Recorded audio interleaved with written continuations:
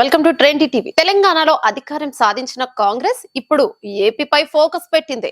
మరో 2-3 నెలల్లో ఏపీలో కీలక ఎన్నికలు జరగనున్నాయి. ఈ నేపథ్యంలో రాజకీయాలు కీలక మలుపులు తిరుగుతున్నాయి. వచ్చే ఎన్నికల్లో వైసీపీని ఓడించడమే లక్ష్యంగా ఇప్పటికే టీడీపీ, జనసేన పొత్తుతో ముందుకు సాగుతున్నాయి. మరోవైపు కాంగ్రెస్ పార్టీ కూడా క్రమంగా పుంజుకునేందుకు రెడీ అయింది.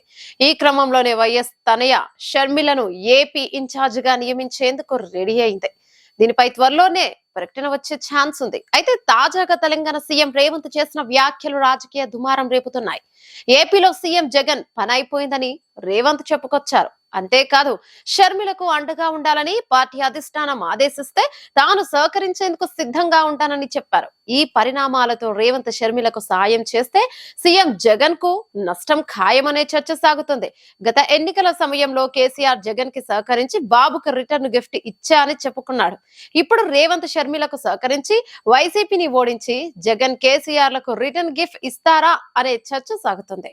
ఏపీలో కాంగ్రెస్ కు సహకరిస్తూ జగన్ ఓడించేందుకు రేవంత్ ప్రయత్నాలు చేస్తే ఎంతవరకు సక్సెస్ అవుతుందనేది ప్రశ్నగా మారింది. వాస్తవానికి ఏపీలో రెడ్డి నాయకులు రేవంత్ మాట కొంతవరకు వినే అవకాశం ఉందని అంటున్నారు.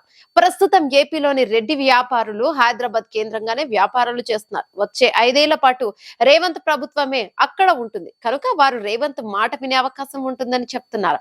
అదే జరిగితే అది కాంగ్రెస్ ఓటు బ్యాంకు పెరిగేందుకు ఉపయోగపడుతుంది. రేవంత్ ఏపీలో చక్రం తిప్పితే ఆయన అనుకున్న విధంగా జగన్ కు నష్టం కలగడం ఖాయమని, ఏపీలో జగన్ ఓటు బ్యాంకు కాంగ్రెస్ వైపు మల్లుతుందని, ఆ మేరకు వైసీపీకి నష్టం కలిగే ఛాన్స్ ఉందన్న చర్చలు సాగుతున్నాయి.